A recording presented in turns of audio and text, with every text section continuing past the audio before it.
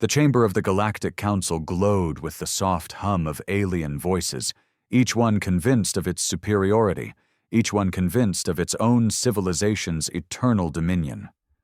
The vote had been swift, arrogant, and final.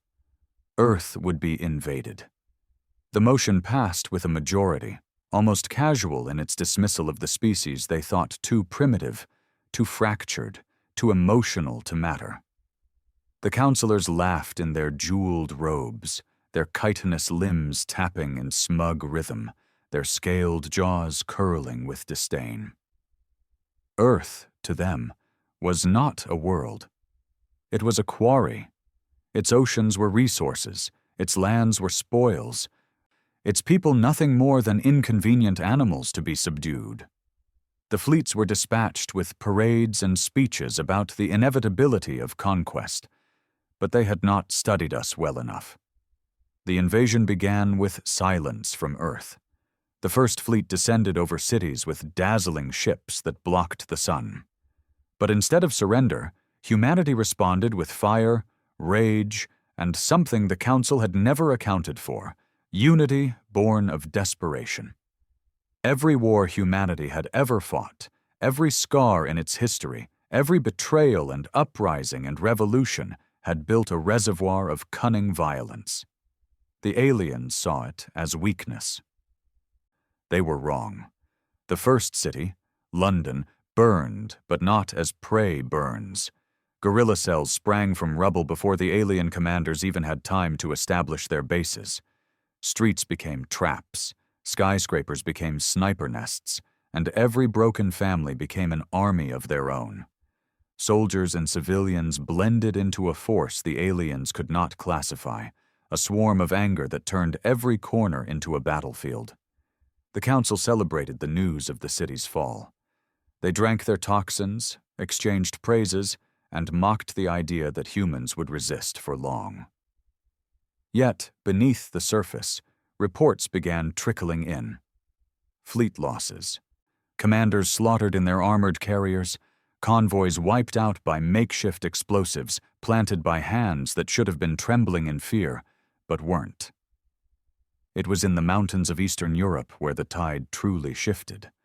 A fleet division landed to secure supply lines, but they were met not by soldiers in uniforms, but by ordinary men and women, armed with stolen rifles, blades, and the raw determination to drag their enemies down into the dirt with them.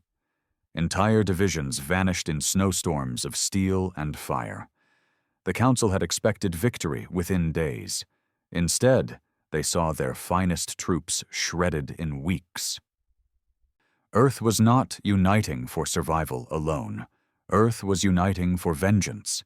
The aliens could not understand it. They had fought wars with each other, yes, but those wars were ritualized, constrained by rules, fought by professional armies with clear lines of battle. Humanity had no such restraints. War, to us, was not ceremony. It was survival, and survival never played fair.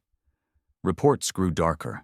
Alien patrols disappearing in jungles, their ships bombarded by crude missiles that should never have pierced their shields, but somehow did.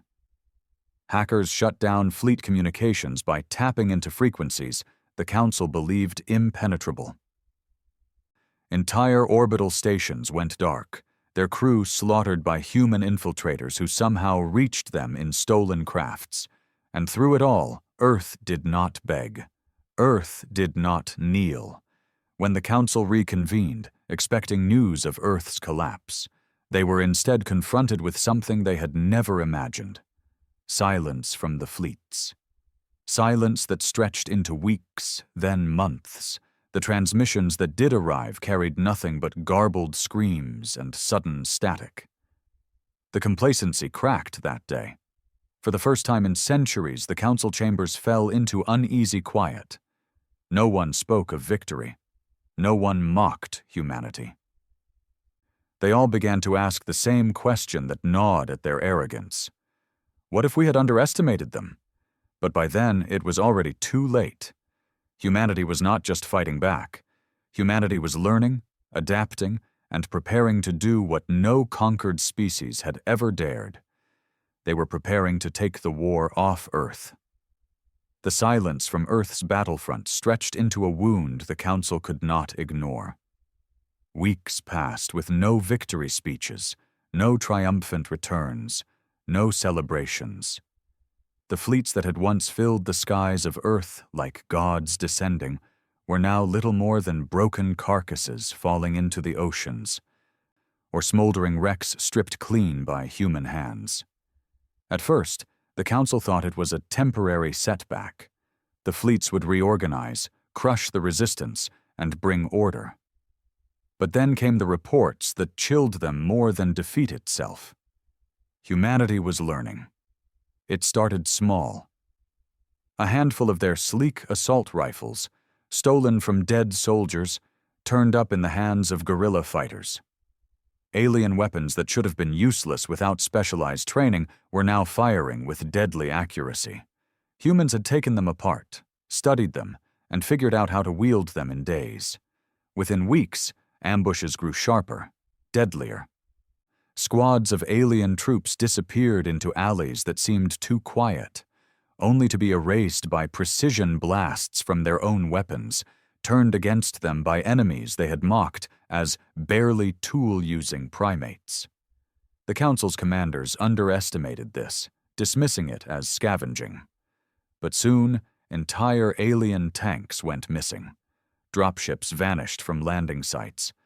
And then, most horrifying of all, an entire destroyer-class warship, orbiting over South America, was hijacked. Not by a rival alien race, not by infiltration from within, by humans. The destroyer, meant to terrorize cities into submission, reappeared 2 weeks later above the Pacific Fleet staging ground and opened fire. Alien ships burned under the bombardment of their own technology, their own cannons. By the time reinforcements arrived, the hijacked destroyer was gone, already descending toward the Earth's surface where it could hide among storms and mountains, shielded by a world the aliens did not understand. On Earth, unity was not a choice anymore. It was instinct. Nations that had once eyed each other with suspicion now shared intelligence and resources because there was no longer a choice between allies and enemies, only survival.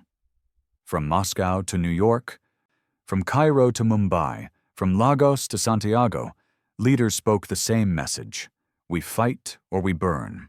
Borders blurred, languages mixed, soldiers marched under banners they had once sworn to destroy.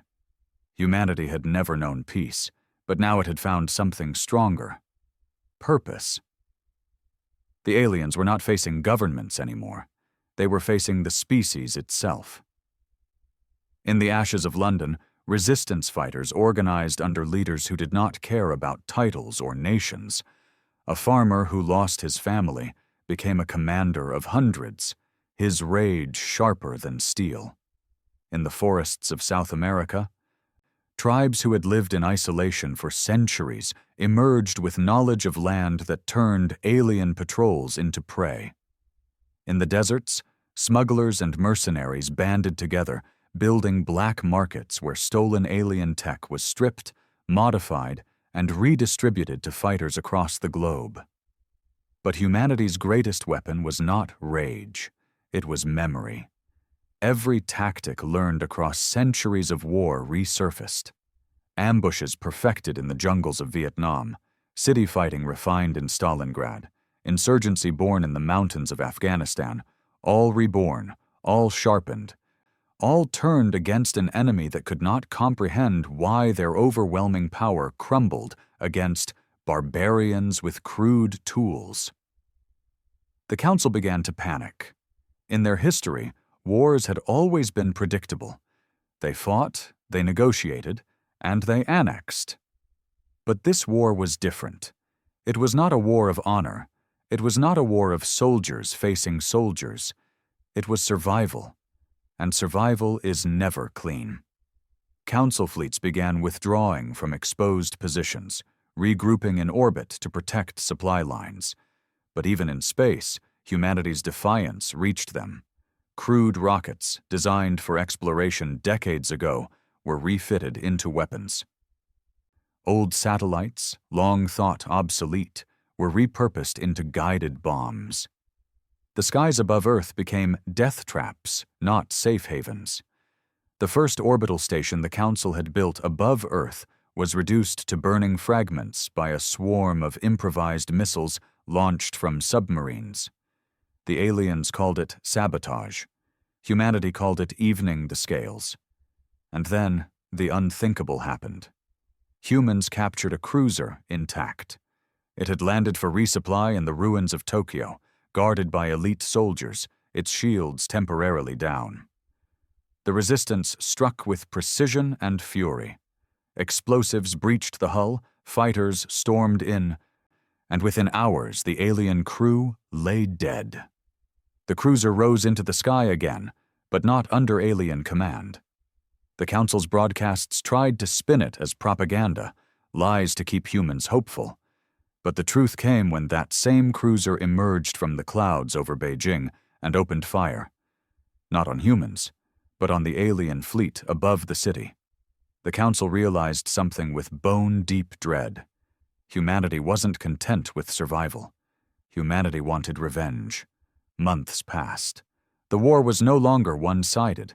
It was a storm, and the Council's fleets were drowning in it. In Africa, resistance armies became organized legions, equipped with both stolen alien weapons and human ingenuity. They carved victories into the soil, pushing back occupation zones until entire regions were free.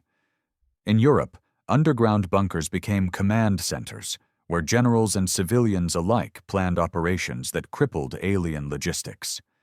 Entire supply convoys vanished into ambushes, set in forests that stretched for miles. In the Americas, naval fleets once thought obsolete struck with terrifying efficiency, sinking alien carriers with torpedoes designed decades earlier but modified to pierce shields.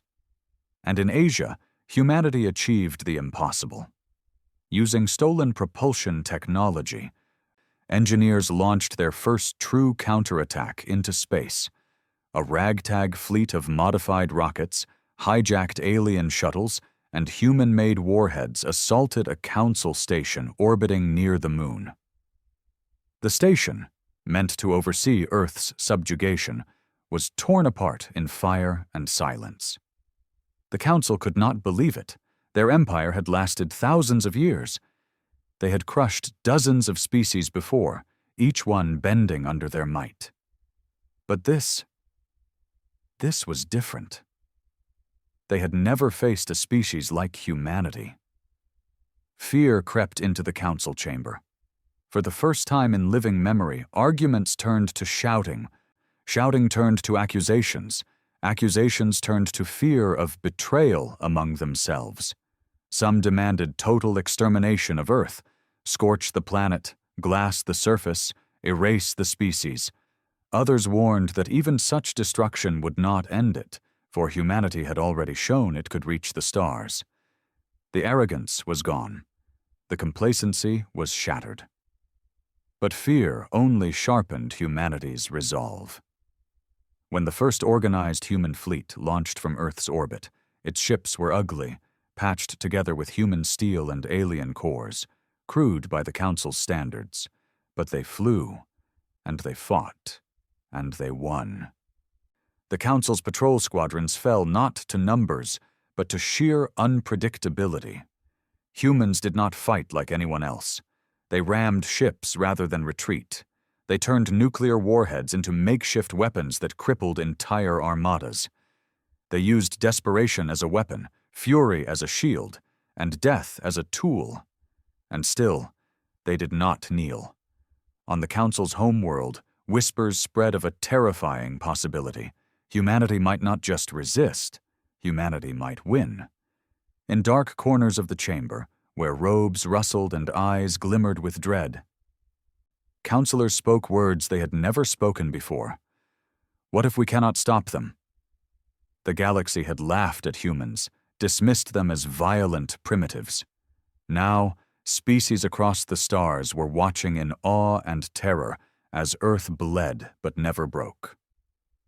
For the first time in its history, the Council feared not the unknown, but the very thing it had tried to conquer: humanity.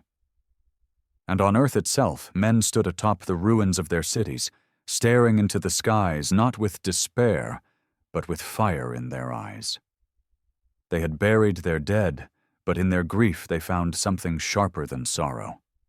They had found a promise. That promise was simple. We will not only survive, we will make them remember who we are. The war was no longer about resistance, it was about retribution, and humanity was ready to carry it into the stars. The stolen cruiser hovered above the stratosphere, patched together with human steel, duct-taped wiring, and scavenged alien systems that hummed with strange energy.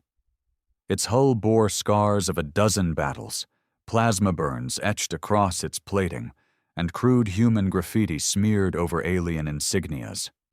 No masters here. Inside, the crew was a mixture of soldiers, engineers, hackers, and civilians who had lost everything. None of them were trained for space war, yet they were the first humans to command an alien warship, and they weren't interested in survival anymore. They were planning something far larger. The resistance had proven Earth could not be broken. But Earth itself was still a battlefield. Cities smoldered, families mourned, and fleets still orbited, striking at any weakness. To end the war, to tear away the illusion of alien invincibility, humanity had to go further. They had to carry the fight to the stars.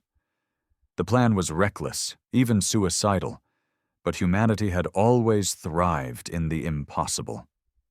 With the cruiser as their spearhead, the Resistance gathered knowledge from stolen alien databases, piecing together star maps that revealed the Council's closest staging ground, a supply hub orbiting a barren moon, only a few light-years away. It was the heart of their invasion, where troop carriers refueled, where munitions stockpiles were stored, where the Council's generals directed assaults on Earth. Strike there, and the Council would feel it. Strike there, and the galaxy would see humans not as prey, but as predators. The journey itself nearly killed them. The cruiser's drives, damaged during capture, sputtered and tore through space like a wounded beast. Radiation leaked into the cabins. Systems failed in bursts of sparks. More than once, the ship drifted powerless, the crew working in silence, hands trembling but refusing to surrender. They were not explorers, nor conquerors. They were ghosts of a dying world, carrying vengeance in their veins. When they finally dropped out of faster-than-light travel, the sight froze them. The supply hub hung in the void like a mechanical sun, its surface crawling with spires, docking rings, and fields of shimmering shields. Dozens of alien ships orbited nearby, patrols, freighters, destroyers. To the Council, it was a fortress. To the humans, it was a target. No one on that cruiser expected to survive. But they were not there to survive. They were there to send a message. The first strike was chaos. The cruiser emerged from the void under false identification codes stolen from a dead alien officer. For 7 precious minutes, the hub's scanners accepted them. In that silence, the humans moved like wolves. Missiles, crude and retrofitted from Earth's nuclear arsenal, fired from hidden launchers welded into the cruiser's hull. Shields flared, alarms screamed, and in the confusion, the humans rammed the cruiser straight through a supply freighter, tearing its belly apart and scattering munitions in a silent explosion across the void. Alien patrols scrambled, fighters launched in swarms, but the humans were already inside the hub's defenses, close enough to make targeting difficult. They moved like insurgents, not soldiers, weaving between ships, striking weak points, detonating reactors. Every human aboard the cruiser knew they would die, but each one intended to take as many as possible with them. The hub's communications blacked out within the first half hour. Human hackers had bypassed security systems, filling channels with loops of alien screams recorded during Earth's battles. Panic spread through the hub's command ranks. They thought they faced an organized fleet, not a single stolen cruiser and a crew of the desperate. Inside the hub, chaos reigned. Small boarding pods, improvised from escape capsules, slammed into docking rings. Human fighters poured out, armed with stolen rifles and explosives strapped to their chests. They weren't there to hold territory. They were there to kill, sabotage, and burn. Corridors lit up with plasma fire. Humans fought in silence, their rage sharper than their screams. Every detonation ripped through fuel lines. Every sabotage cut power from critical systems. Alien soldiers tried to regroup, but they faced an enemy that did not retreat. An enemy that had nothing left to lose. When the hub's reactor went critical, alarms echoed across the system. Alien captains screamed for retreat, but it was too late. The humans had planted charges, using the hub's own energy reserves as fuel for the fire. The explosion lit the void like a newborn star. The hub's superstructure fractured, breaking apart in blinding silence. Ships nearby, caught in the shockwave, tore open like paper. Debris rained across the system, scattering alien bodies into the cold. The humans did not survive. The cruiser was gone, consumed in the firestorm. Every fighter who boarded the hub was vaporized in the inferno. But the message lived. When word reached the council, the chamber fell into stunned silence. They had seen rebellions before, insurgencies, even terrorist strikes. But never this. A single human crew had destroyed a hub that supported an entire sector. Dozens of ships lost, thousands of troops dead, supplies gone. A humiliation that rippled through every corner of their empire. For the first time in centuries, fear spread not just through the council, but through the species under its rule. Whispers began in hidden marketplaces, in backwater colonies. If humans can wound the council, maybe the council is not invincible. The complacency was crumbling, not just in their halls, but across the galaxy. On Earth, the news arrived through coded transmissions smuggled back by resistance networks. When survivors on the ground heard what the crew had done, silence fell across camps and bunkers. Then came the cheering, then the rage, then the promise. Humanity did not see the strike as the death of heroes. Humanity saw it as proof. Proof that the council could bleed. Engineers who had been salvaging scraps now worked without rest, building weapons that could reach further, fly longer, strike harder. Hackers poured into alien databases with renewed fury, dragging secrets into the light. Soldiers, mercenaries, and civilians alike swore oaths not of survival, but of vengeance.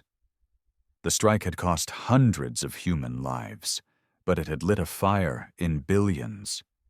The council tried to respond with terror. They dispatched a fleet to orbit Earth, larger than any before, intent on burning the planet to ashes. Their propaganda declared humanity broken, the rebellion finished, the hub's destruction meaningless. But when that fleet descended, they were not met by scattered resistance or desperate fighters. They were met by a planet united. Cities rose from ruins with defenses powered by alien tech. Humans had ripped apart and reassembled. Missiles fired from hidden silos in deserts, forests, and mountains. Fleets of stolen shuttles launched from hidden bases, their hulls painted with human flags. And above Earth, waiting in the shadows, was the beginning of something the Council had feared most. A human fleet. Crude, ugly, stitched together from steel and stolen drives, but a fleet nonetheless. The battle was not even. Humanity lost ships, cities, lives. But for every human death, 2 alien warships fell. For every bomb dropped, 10 more rose in reply. The fleet that was meant to scorch Earth ended as wreckage burning in the atmosphere, raining fire into oceans and plains. The Council had wanted to remind humanity of its place. Instead, they reminded humanity that survival was not enough. The next phase of the war had begun, and deep within the resistance bunkers, a new doctrine formed. If a single ship could destroy a hub, what could a fleet do to the Council itself? The thought was madness. Humanity was still fragile, still rebuilding, still bleeding. But madness was how humanity had survived. Madness was how they had turned stolen rifles into weapons of war. Madness was how they had turned a single cruiser into a legend. Madness would be how they ended this war. The galaxy had underestimated humans once. They would not make the mistake again. But now, it no longer mattered. Because the humans no longer cared about what the galaxy thought. They were preparing to leave their cradle, not as explorers, not as prey, but as hunters. And the Council, for all its fleets and arrogance, was beginning to realize a truth that sent shivers through their bones. They had awakened something that would never sleep again. The smoke of the Council's defeat still lingered in the void. Across the galaxy, the destruction of the supply hub echoed like a crack in a dam. For centuries, the Council had been untouchable, a monolith of power that brooked no challenge. Now, word spread that a primitive species had not only resisted, but had taken the fight into the stars and burned one of the Council's arteries to ash. The Council tried to control the story. They called it sabotage, terrorism, a lucky accident. But their empire was too wide, too brittle, and too many eyes had seen the firestorm with their own sensors. The lie could not hold. The galaxy whispered. Humans struck back. On Earth, the resistance was no longer a ragged collection of cells. It was becoming something larger, something terrifying in its focus.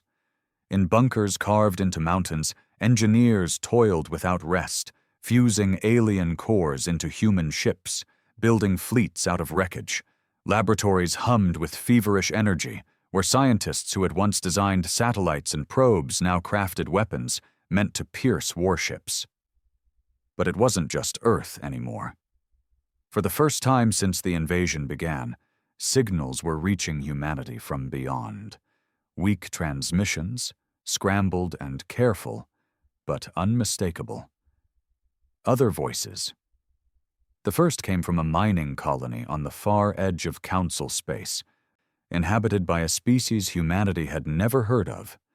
Slender, insectoid beings with translucent shells, long enslaved to extract resources for the Council. Their message was simple, desperate, and trembling with hope. If you fight them, we will help. The second came from smugglers, outlaws, drifters who had always lived on the fringes of the Council's order. They offered information, trade, passage through hidden routes, not out of loyalty, but out of opportunity. A rebellion meant profit, and profit meant survival. The third came from silence, broken by courage. Entire species that had once bowed their heads now whispered, "Maybe the Council can bleed. Maybe we don't have to kneel forever." At first, humans did not trust it. Why would they? They had been invaded, enslaved, slaughtered. They had buried children and watched cities burn. The thought of trusting alien voices felt like madness. But war had taught humanity something the Council never understood. Survival is not isolation. Survival is alliances, forged not from trust but from need. So emissaries went out. Not politicians, not diplomats, but soldiers, engineers, and fighters who had lived through fire. They carried scars instead of titles, stories instead of treaties. One of the first meetings took place in the ruins of a Council prison asteroid, liberated by human raiders. There, in the smoking corridors, humans sat across from insectoid miners with trembling limbs. There were no long speeches, No declarations. The human commander simply said, "We fight. If you want to fight too, stand with us." The insectoids bowed their heads. They had no armies, no fleets, but they had knowledge, maps of hidden mining tunnels, secret supply routes, weaknesses in council patrols. Knowledge was power, and humanity took it eagerly. Not all alliances were so simple. The smugglers demanded proof that humanity could pay. They wanted technology, weapons, safe passage across Earth's atmosphere. For weeks, arguments raged, deals collapsed, trust shattered.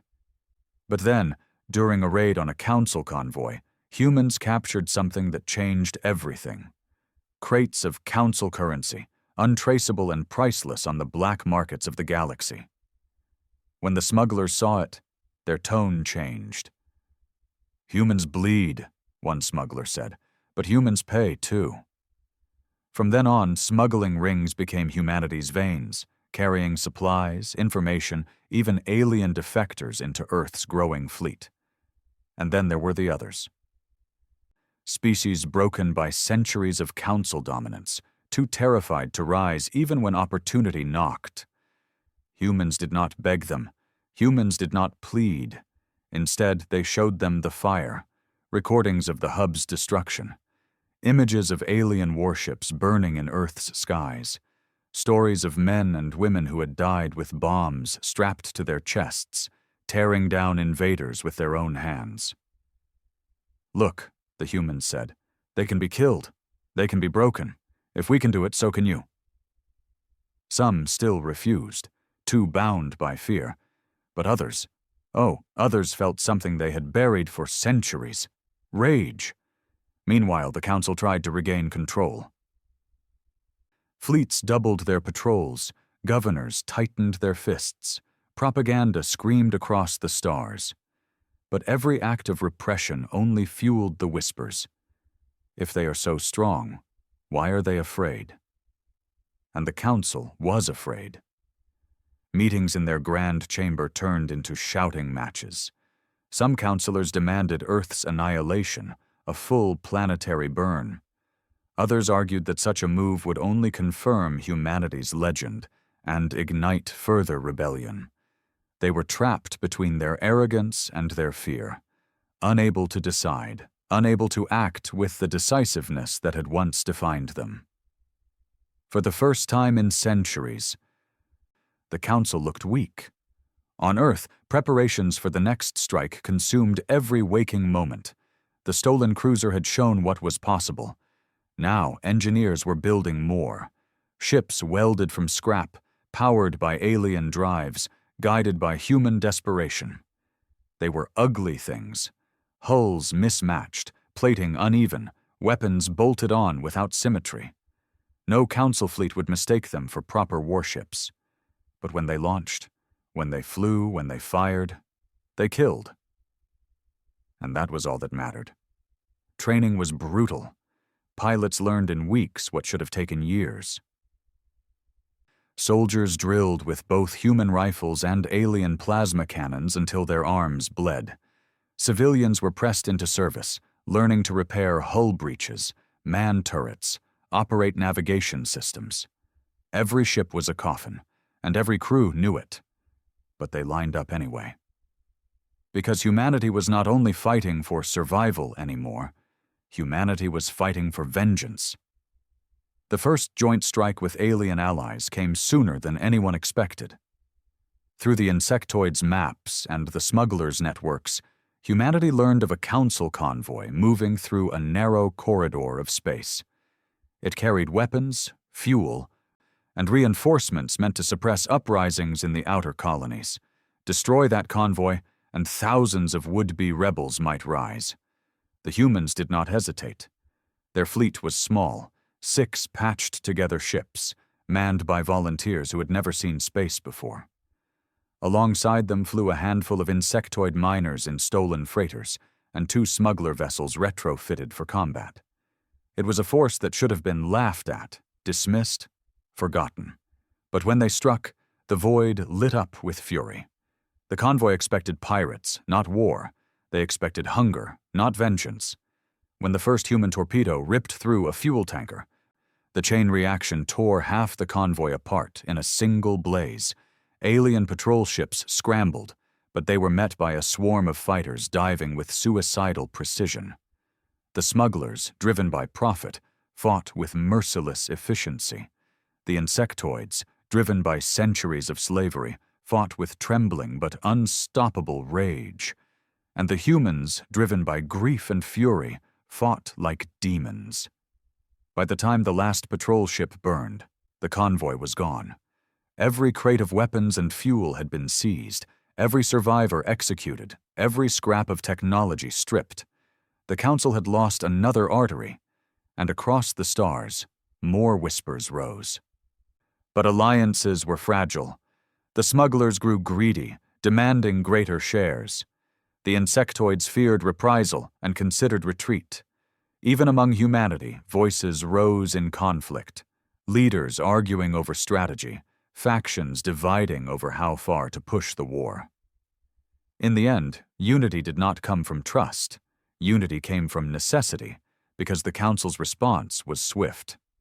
A fleet of warships larger than anything yet seen was dispatched to hunt down the human infestation. It was no longer just about Earth. It was about sending a message to every corner of the galaxy. Rebellion will be crushed. The hunters had come. And humanity, with its fragile fleet and newborn alliances, would have to decide: fight and burn, or kneel and die. The Council thought the threat would break them, but it had the opposite effect. When word reached Earth, the bunkers fell silent. Then, one by one, men and women stood. Farmers, soldiers, engineers, smugglers, miners, outlaws, they all stood. Not because they thought they would win. Not because they believed survival was certain.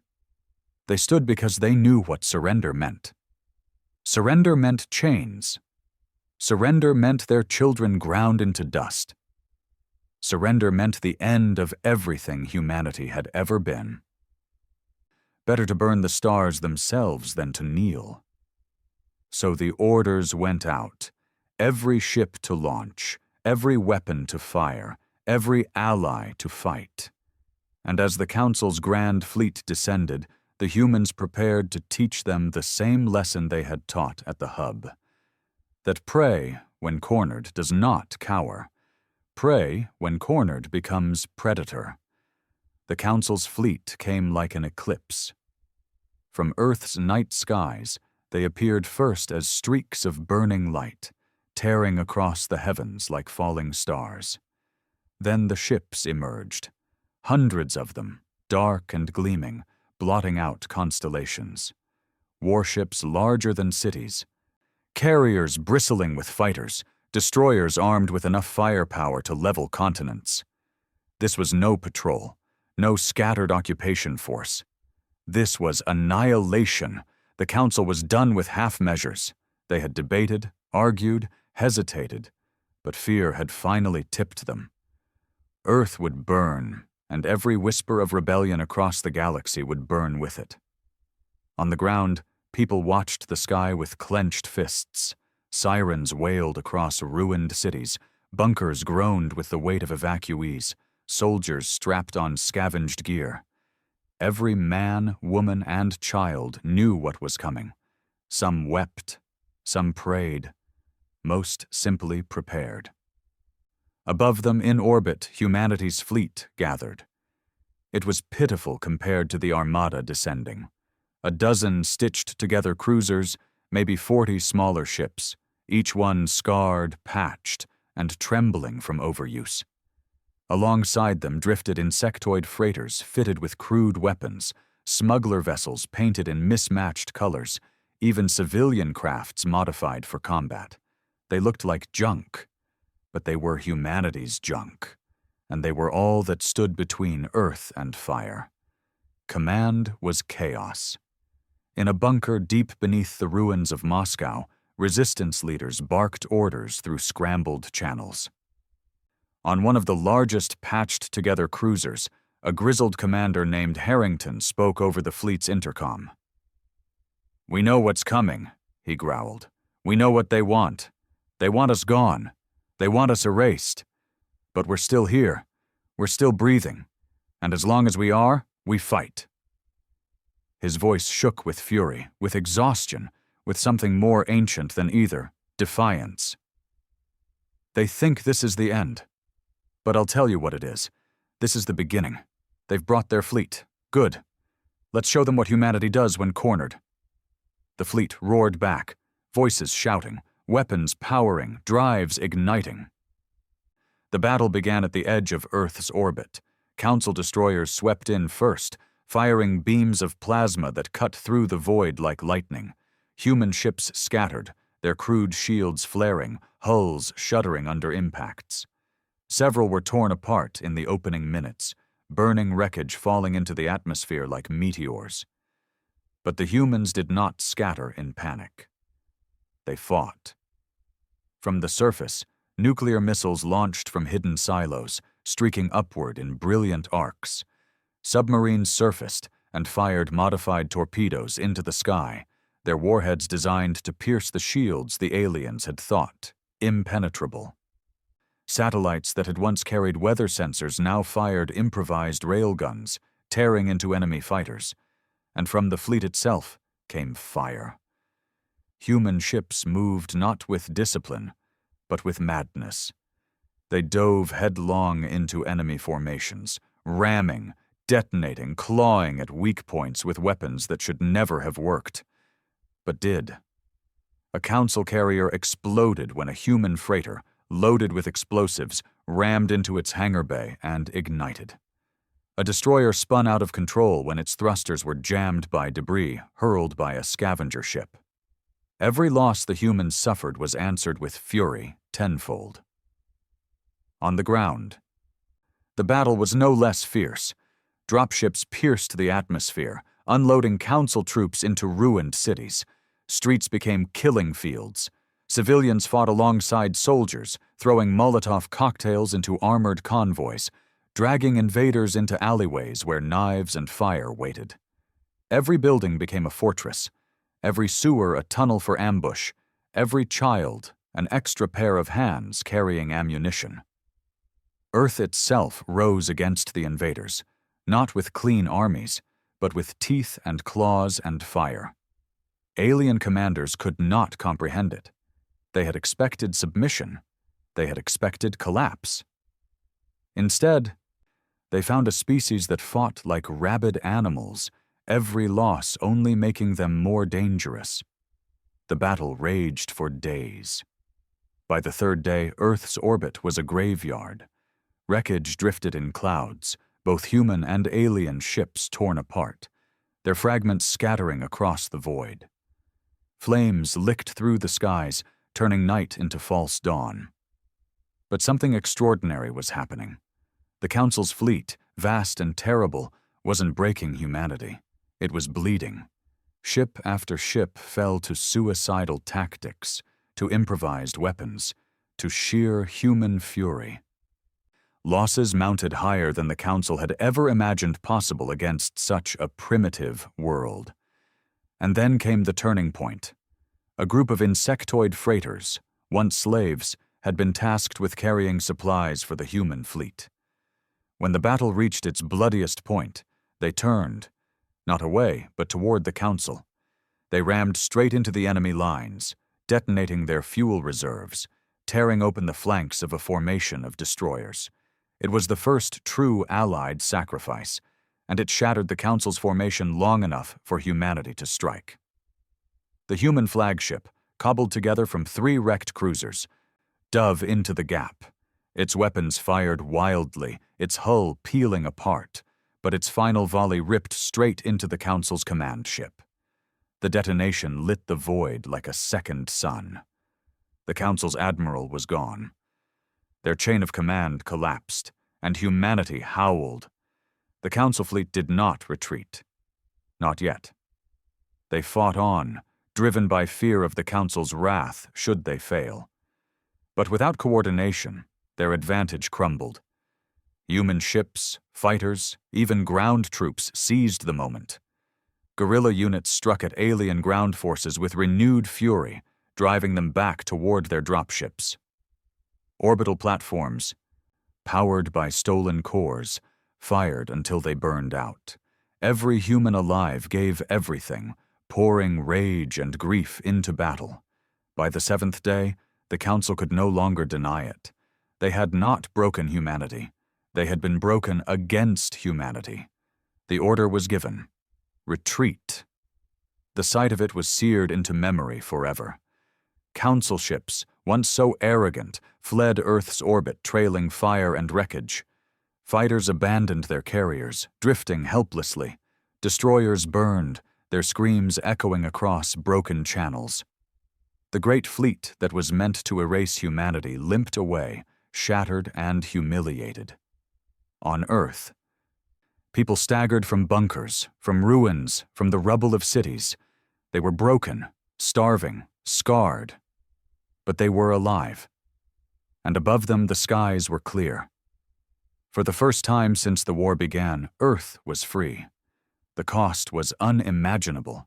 Entire cities were gone. Millions were dead. The oceans were poisoned with wreckage, the skies scarred with fire. Humanity had bled deeper than ever before. But they had survived the impossible. And more than that, they had won. Across the galaxy, the effect was instant. Every oppressed species, every colony that had bowed under Council rule, every smuggler and outlaw heard the news.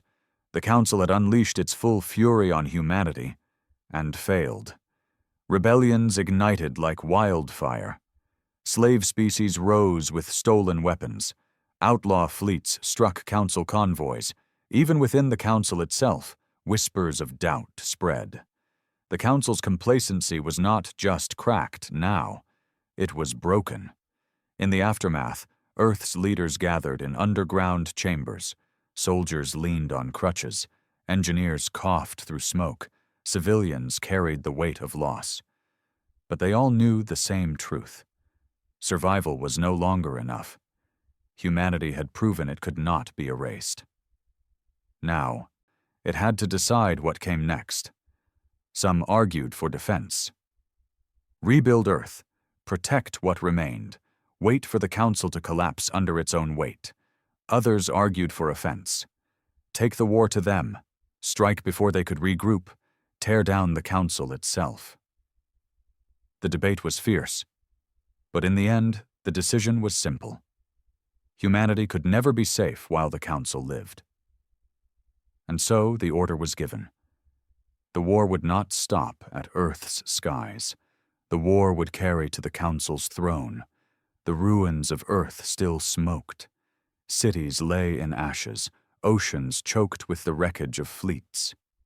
The air thick with the ghosts of the millions who had fallen. Yet in the silence that followed the Council's retreat, a new sound began to rise.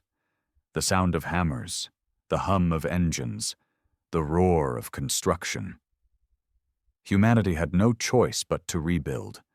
But they did not rebuild for peace. They rebuilt for war. In underground factories, survivors worked around the clock, fusing alien cores into human hulls, welding scrap into weapons.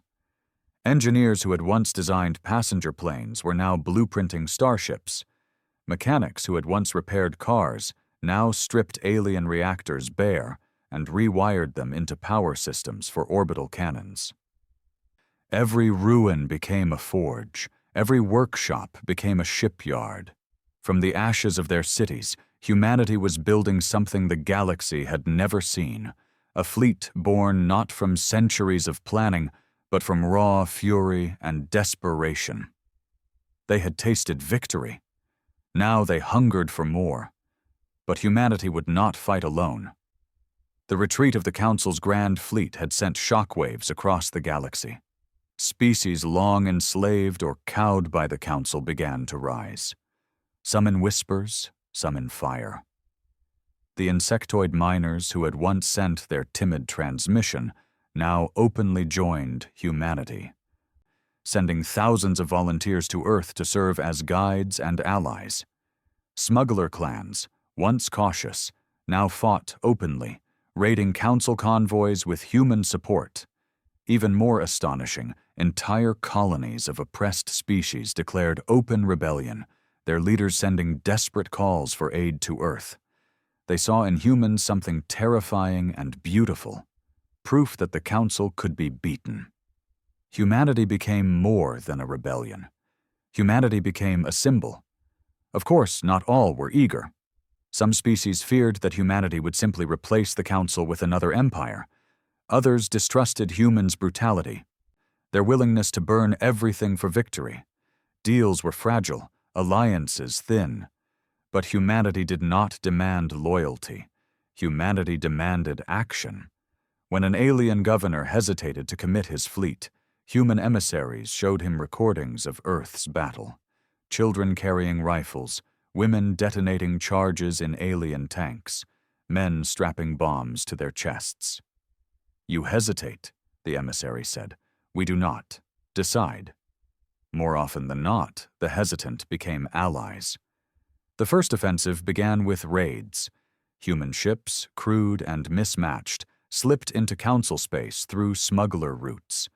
They struck at supply depots, patrol fleets, orbital factories. They did not hold territory. They did not announce themselves.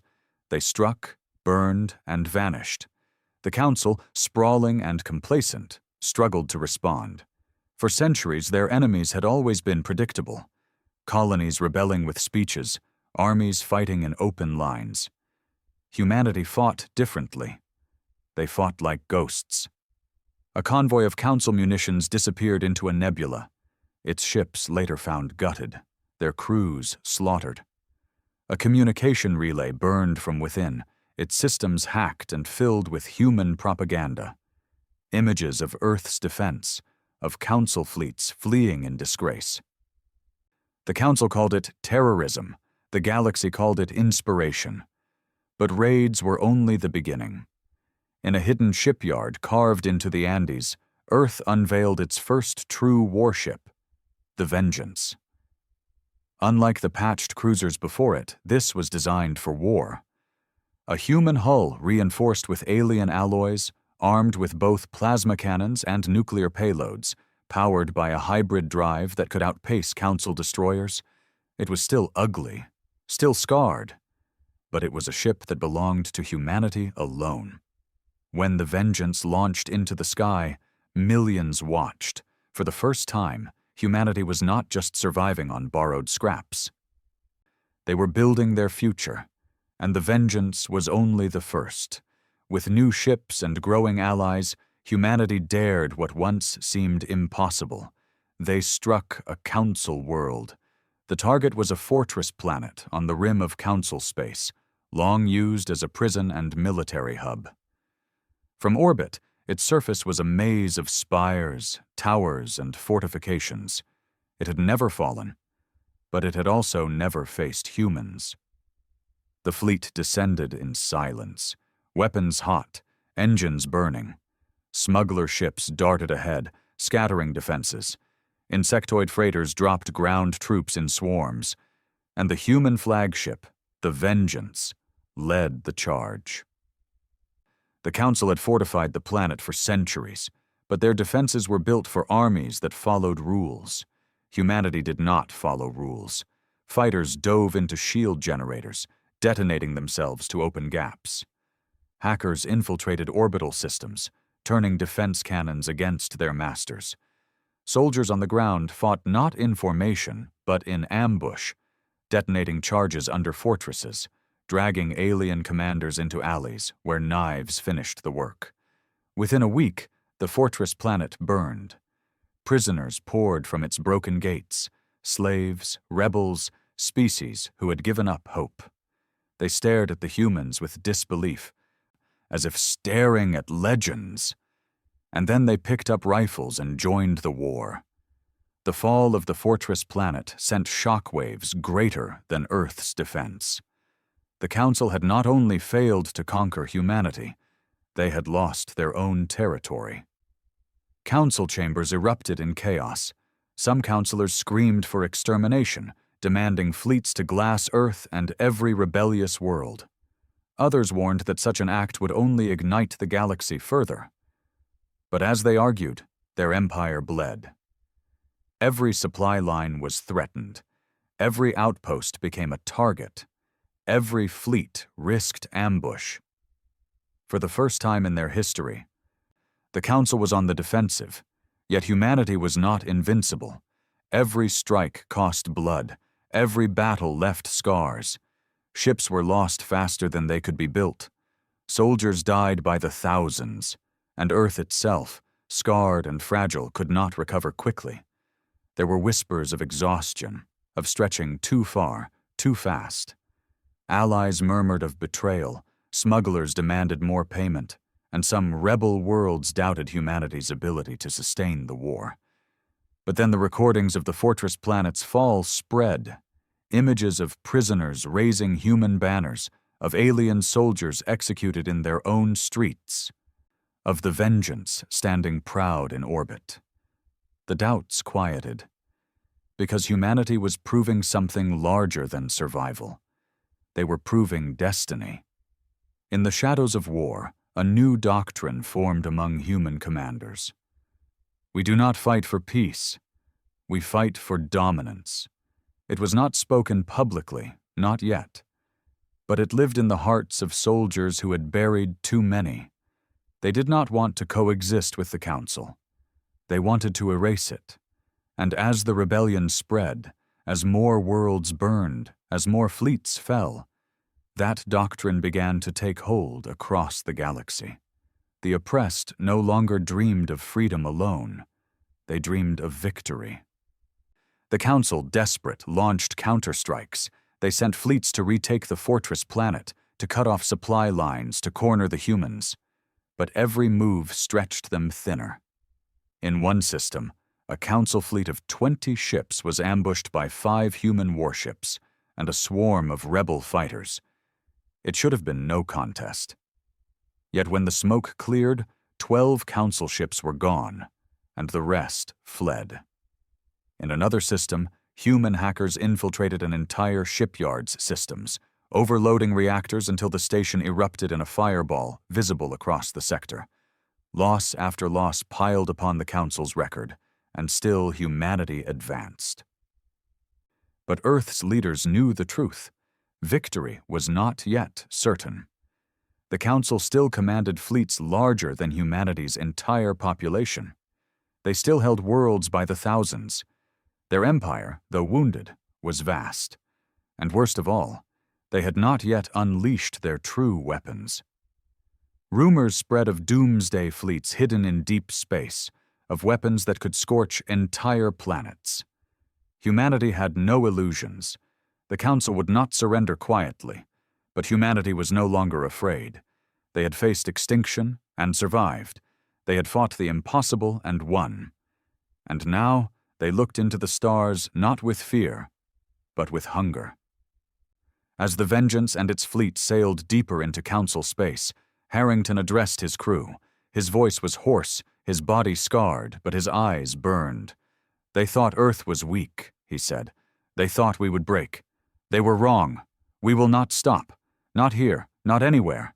Every system they control, every world they enslave, we will take it from them. And when we reach their throne, when we stand on the ashes of their Council, we will remind the galaxy who we are." The crew roared. Not prey, not slaves, predators. Across the galaxy, rebellion spread like wildfire. Every victory humanity won fanned the flames higher. Every Council defeat cracked the foundation further. The empire that had ruled for millennia was beginning to crumble. And at its heart, leading the charge, stood humanity, bloodied, scarred, and unrelenting. The Council had awakened something it could not control, and soon it would learn the final truth. The war was no longer for survival. The war was for dominance. The Council had bled. Their hub was gone. Their fortress planet burned.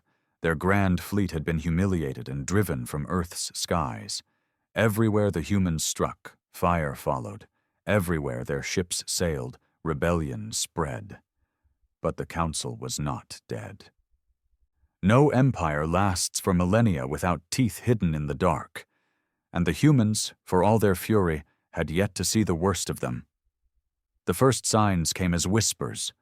Rebel smugglers spoke of strange movements in deep space, fleets disappearing into the void, systems sealed off under martial law. Insectoid scouts reported entire sectors going dark, colonies emptied, populations vanished. Human commanders knew what it meant before the reports confirmed it.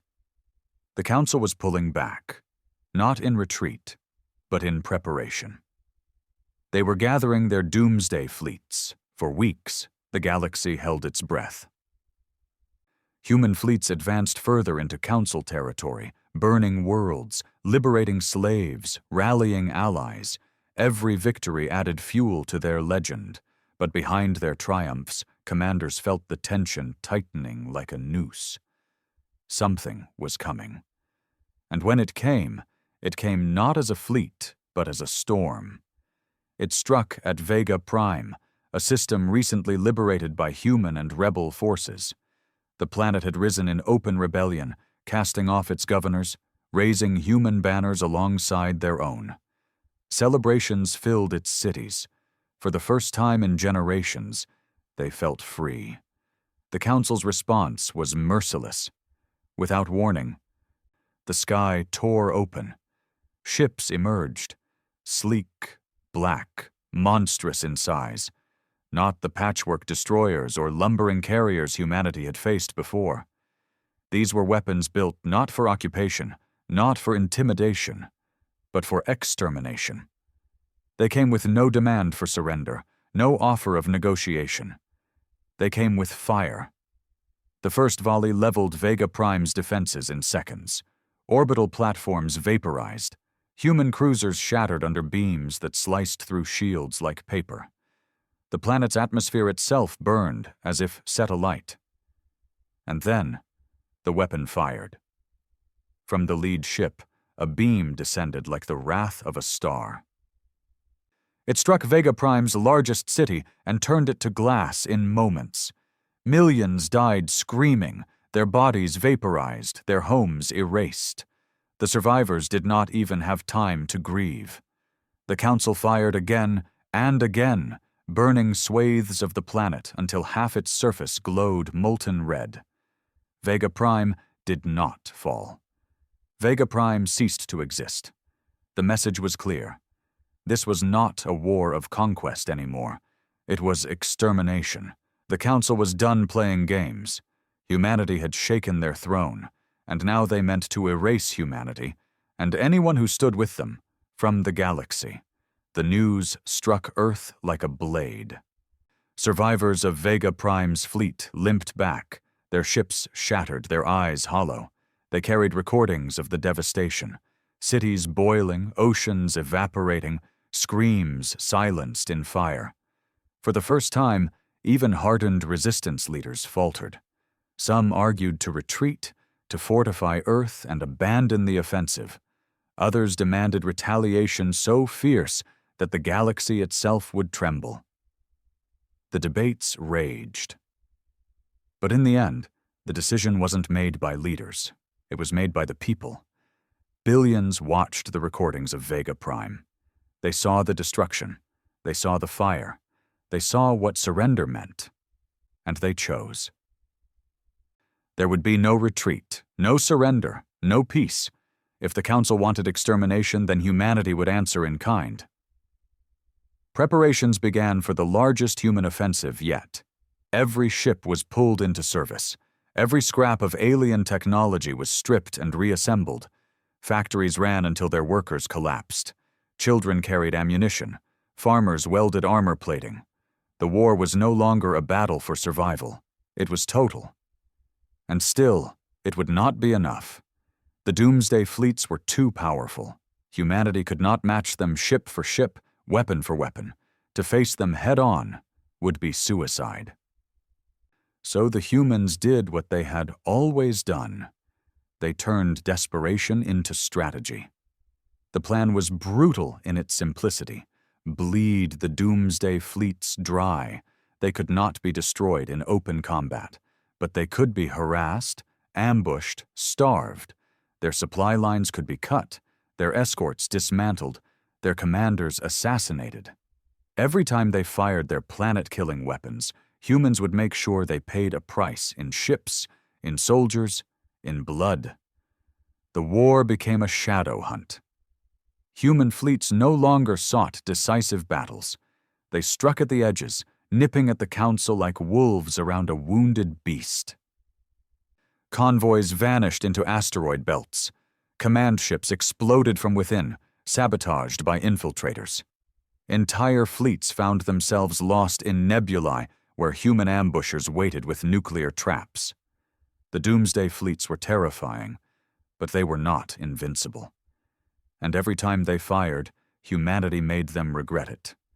Still, the cost was staggering. World after world burned. Millions more died. Humanity's allies faltered under the sheer scale of destruction. Some rebel species begged for mercy, trying to surrender back to the Council's rule. Others fought with renewed fury, choosing to die on their feet rather than live in chains. And humanity? Humanity bled more than all of them.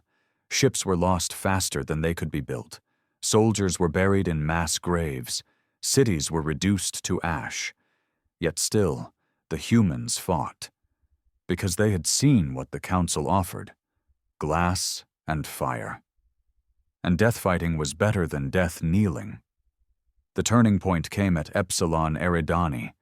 A human fleet of only 7 ships lured a Council doomsday detachment of 20 into a gas giant's orbit. They fought not to win, but to buy time. Every volley tore human ships apart. Every blast silenced hundreds. But the trap was already set. Hidden in the gas giant's storms, human engineers had planted nuclear warheads scavenged from Earth's deepest arsenals, tethered to improvised drones. As the battle raged, the humans triggered them all at once. The gas giant ignited. The explosion ripped through the void like a supernova. Council ships were torn apart, their shields overloaded, their weapons silenced. Half the doomsday fleet was gone in minutes. The human fleet perished with them, every ship annihilated, every soldier vaporized. But the message was clear. Even gods could be dragged into the fire. Across the galaxy, rebellion surged again. If humans could burn half a doomsday fleet at the cost of 7 ships, then maybe the Council was not as invincible as it claimed. Slave uprisings multiplied. Outlaws struck convoys with reckless fury. The Council still held power. But for the first time, they felt something worse than defeat. They felt hunted. On Earth, Harrington, now scarred, his hair white, his body failing, stood before the fleet. His voice was weak, but his words cut through the air like steel. "They think their fleets can scare us," he rasped. "They think their fire can break us. But we are still here. We are still fighting. And every time they burn one of our worlds, we will burn 10 of theirs. Every time they kill one of ours, we will kill 100 of theirs. They wanted extermination. We'll give them extinction." The soldiers roared back. Not because they thought they would live, but because they had already chosen how to die. The war was no longer about Earth. It was about the galaxy itself.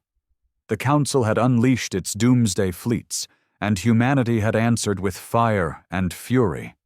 Every battle now was a holocaust, every victory soaked in oceans of blood. But humanity did not falter. Because for the first time in history, they were not just fighting for survival. They were fighting for dominance, and they would not stop until the Council's throne lay in ruins. The galaxy was on fire. Council fleets limped through broken systems, scarred and hunted. Their doomsday weapons had shattered worlds, but every shot drained them further. Every atrocity birthed 1,000 new enemies. Humanity had not just resisted. They had spread rebellion like plague. Entire sectors now burned with uprisings. Species once bowed in silence now raised rifles, chanting Earth's name. Smugglers turned into generals. slaves into commanders, and through it all, humanity's fleet grew. Ugly, scarred, stitched together from wreckage and fury, but it grew. The Council's empire, once eternal, was crumbling. The time had come to end it. The plan was madness. The throne world lay at the heart of Council space, a fortress system surrounded by fleets, battle stations, and defenses carved into moons. For millennia, no enemy had ever come close. It was not just their capital. It was their pride, their symbol, their godhood. But pride had blinded them. Their fleets were scattered, chasing uprisings across the galaxy. Their resources stretched thin, their unity fractured. And humanity had never cared for impossible odds. So the order was given: strike the throne. The fleet that gathered above Earth was unlike anything the species had ever known. Dozens of human-built warships, still mismatched, still scarred, but stronger now, armed with weapons designed by desperate genius. Beside them flew insectoid freighters refitted into carriers, smuggler cruisers bristling with stolen cannons, rebel vessels painted in the colors of 100 worlds. They were not uniform. They were not orderly, but they were a fleet. At its head sailed the Vengeance, still battered but unbroken, its hull engraved with the names of every ship and soldier who had fallen. When it rose into the void, billions on Earth cheered, not in hope of survival, but in hunger for retribution. The journey to the throne world was a gauntlet. Council scouts harried them, patrol fleets ambushed them, saboteurs slipped aboard their ships. Every system burned with resistance, but humanity had learned. Every ambush was answered with fury. Every scout was hunted and silenced. Every patrol was turned into wreckage. The fleet bled, but it did not stop. And as it advanced, it grew. More rebels joined at every system. Outlaw clans swore allegiance. Even some council defectors, sickened by Vega Prime's extermination, turned their ships against their masters. By the time the fleet reached the throne system, it was no longer just human. It was a coalition of the broken, the enslaved, the enraged, and they were ready to kill gods. The throne world filled their view screens, a planet of impossible beauty, towers of crystal, oceans of fire, skies filled with glittering rings of defense stations. Around it circled fleets larger than anything humanity had ever faced. The Council had gathered everything, every warship, every weapon, every last ounce of power. They thought it would be enough. They were wrong. The battle began with silence. For a heartbeat, both sides stared across the void, fleets glittering like stars. Then the first volley fired. The sky ignited. Missiles streaked, beams cut through space, ships detonated in blossoms of fire. Human and rebel fleets charged headlong into the storm, shields screaming, hulls tearing apart. But they did not falter. Every human ship fought like it was the last. Every rebel crew burned with centuries of rage. Smugglers darted between capital ships, stabbing them in their guts. Insectoid freighters unleashed swarms of fighters that swamped destroyers. And humanity rammed, humanity detonated, humanity sacrificed. For every council ship that stood, 2 more fell. On the ground, the war was no less brutal. Dropships pierced the throne world's skies, disgorging soldiers into its crystal cities. Humans stormed palaces with plasma rifles and knives. Rebels dragged governors from their towers and executed them in the streets. The Council had thought themselves untouchable. Now their halls echoed with screams. But the throne was not undefended. From its core, the Council unleashed its final weapon, the eternal flame, a weapon older than their empire, hidden for millennia, a beam of pure energy, drawn from the planet's molten heart, capable of tearing fleets apart in a single strike. When it fired, half the rebel armada vanished in a blaze. Entire species died in moments. For a breath, It seemed over. But humanity did not retreat. Harrington, old and broken, stood on the bridge of the Vengeance. His body could barely move, his voice a rasp, but his eyes burned brighter than ever. He looked at the weapon tearing his fleet apart, then at his crew. "They built their throne on our backs," he whispered. "They burned our worlds. They thought they were gods. Let's remind them what men can do." He gave the order. The Vengeance dove. Every gun fired, every missile launched, every ounce of power poured into its engines. It dodged beams, tore through shields, ripped past destroyers. Its hull peeled away, decks collapsed. Crew screamed and died, but still it flew, straight into the heart of the throne world. The council chamber shook as alarms screamed. Counselors shrieked, demanding defenses, demanding retreat, demanding miracles. None came. On their screens, the Vengeance fell from the sky like a burning comet. Its engines roared, its weapons blazing, its hull crumbling, and on its bridge, Harrington stood tall, every scar of earth upon him. "Remember us," he said. Then he detonated the core. The explosion split the skies. The Vengeance tore into the eternal flame, igniting its power in a chain reaction. The throne world's core erupted. Molten fire bursting from its surface. Towers shattered, oceans boiled, continents cracked.